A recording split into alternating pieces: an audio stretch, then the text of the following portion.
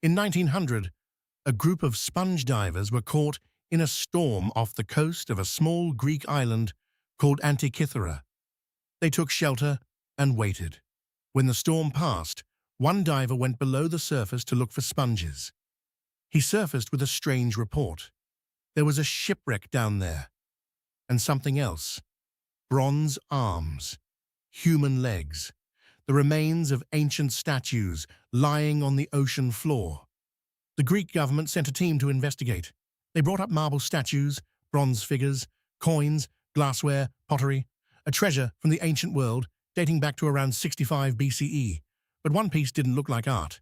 It was a lump of corroded bronze and wood, roughly the size of a shoebox, green and encrusted with sea growth. Archaeologists set it aside. When it dried out, it fell into 82 fragments. Gears were visible inside, inscriptions, dials, pointers. No one knew what to make of it.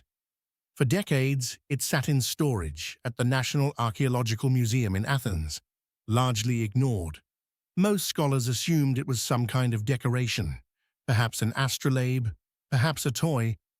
Then, in 1951, a British physicist named Derek de Solla Price took a closer look. What he found changed everything. This wasn't decoration. This was a machine, a calculating machine, one of the most sophisticated mechanical devices ever discovered from the ancient world. He called it the Antikythera mechanism, and the more scientists studied it, the more impossible it seemed. The mechanism contained at least 30 interlocking bronze gears. The teeth were cut with extraordinary precision. The smallest components measured less than a millimeter. The workmanship was, in the words of one modern engineer, better than a Swiss watch. But the craftsmanship was only the beginning. What this machine could do is what stunned the world. It could predict the future, not in a supernatural sense, in a mathematical sense.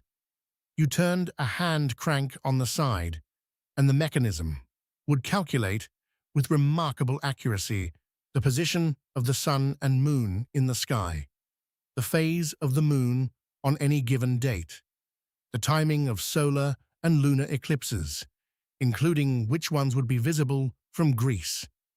It had a dial tracking the 19-year metonic cycle, the period after which the moon's phases repeat on the same calendar dates. It tracked the Saros cycle, an 18-year period used to predict eclipses. It even had a dial for the 4-year cycle of the ancient Olympic Games. This was not one calculation. This was dozens of interlocking calculations, all happening simultaneously, all encoded in metal gears, turning against each other with mathematical precision. Scientists who examined it in 2006, using X-ray tomography, found something else hidden inside. Inscriptions. Thousands of characters explaining how to use the device. It was essentially a user's manual for the universe. The text described it as showing the motions of the sun and moon and the 5 planets. The 5 planets visible to the naked eye in ancient times: Mercury, Venus, Mars, Jupiter, Saturn. This device was a portable model of the solar system. The question that haunted researchers was simple. How? How did ancient Greeks in the 1st century BCE create a device of such mechanical complexity? There were no precision instruments to cut the gears, no blueprints, no tradition of mechanical clockwork that historians knew of. The closest comparable technology, the mechanical clock, would not appear in Europe for another 1,400 years. Let that sink in. 1,400 years. If someone had preserved the knowledge encoded in the Antikythera mechanism, the Industrial Revolution might have happened in the 5th century, not the 18th. We might have reached the moon 1,000 years ago, but the knowledge was lost, completely, utterly, without a trace. No other device like it has ever been found. No ancient text describes how to build one. The craftsmen who made it carried their knowledge with them when they died. There are theories about where it came from. Some scholars point to the island of Rhodes, where a school of astronomy and mechanics flourished around 150 BCE. The ancient writer Cicero described seeing a device in Rome that showed the movements of the sun, moon, and planets, built by the Greek mathematician Posidonius of Rhodes. Cicero was writing around 60 BCE. The Antikythera ship sank around 65 BCE. The timing fits. Others point to Archimedes. The great mathematician and inventor of Syracuse died in 212 BCE, and ancient sources mention that he built a mechanical sphere showing the movements of the heavenly bodies. Could the Antikythera mechanism be a descendant of that tradition? We don't know. We may never know. What we do know is that whoever built this device understood the cosmos with a depth that is hard to comprehend. They understood that the universe operates according to mathematical laws, that those laws can be encoded in gears, that the future, at least the predictable astronomical future, can be calculated in advance. They understood this 2,000 years before Newton formalized the laws of motion, before Kepler described planetary orbits, before Galileo turned a telescope toward the sky. And then the knowledge vanished. The ship carrying the mechanism was sailing from Greece, probably headed to Rome, when it sank. Perhaps it was part of a shipment of looted Greek art, destined for a wealthy Roman collector. Perhaps the device was meant for a library or school. We don't know who owned it. We don't know who built it. We don't know if there were others. The sea swallowed it, and history moved forward as if it had never existed. This is the mystery that keeps scientists awake at night. Not just what the mechanism could do, but what it tells us about what was lost. Every generation thinks it represents the peak of human knowledge. The ancient Greeks thought they lived in the age of reason. The Romans thought they had perfected civilization. Medieval scholars thought they had captured all essential knowledge in the Bible and Aristotle. Each generation was wrong. Each generation inherited only a fragment of what came before.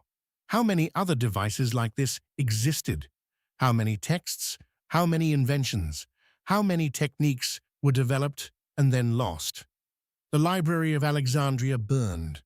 Wars erased traditions. Empires fell and took their knowledge with them.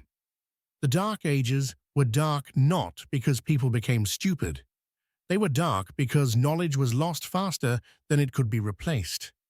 The Antikythera mechanism is a window into a parallel history, a history where the ancient world kept its secrets, passed them down, built on them. What would that world look like today? We can only imagine. What we know is this. The people who made the Antikythera mechanism were not primitive. They were not simple. They were engineers of the highest order, working with tools and materials that had not changed for centuries, solving problems that would challenge a modern craftsman. They looked up at the same sky we look at. They tracked the same movements of the sun and moon. They felt the same desire to understand, to predict, to control through knowledge, and they succeeded, brilliantly, incomparably. Then they were forgotten. The diver who found the Antikythera wreck in 1900 didn't know what he was looking at. The archaeologists who first excavated it didn't know. It took 50 years for a physicist to recognize it for what it was. How many things are we looking at right now without recognizing them? How many answers to unsolved questions are sitting in museum storage, mislabeled, misunderstood, waiting for someone with the right eyes? The mechanism has been studied for over a century. New discoveries are still being made. In 2021, researchers announced they had reconstructed the front panel, a bronze display showing the cosmos in motion for the first time. Each new technique reveals another layer. Each answer raises 3 new questions. The Antikythera mechanism is 2,100 years old, and it is still teaching us. That is perhaps the most remarkable thing about it. Not that it was built, not that it survived, but that it still speaks. Across 2,000 years of silence, across the wreck of a ship, across corroded bronze and missing gears and lost inscriptions, it is still telling us something.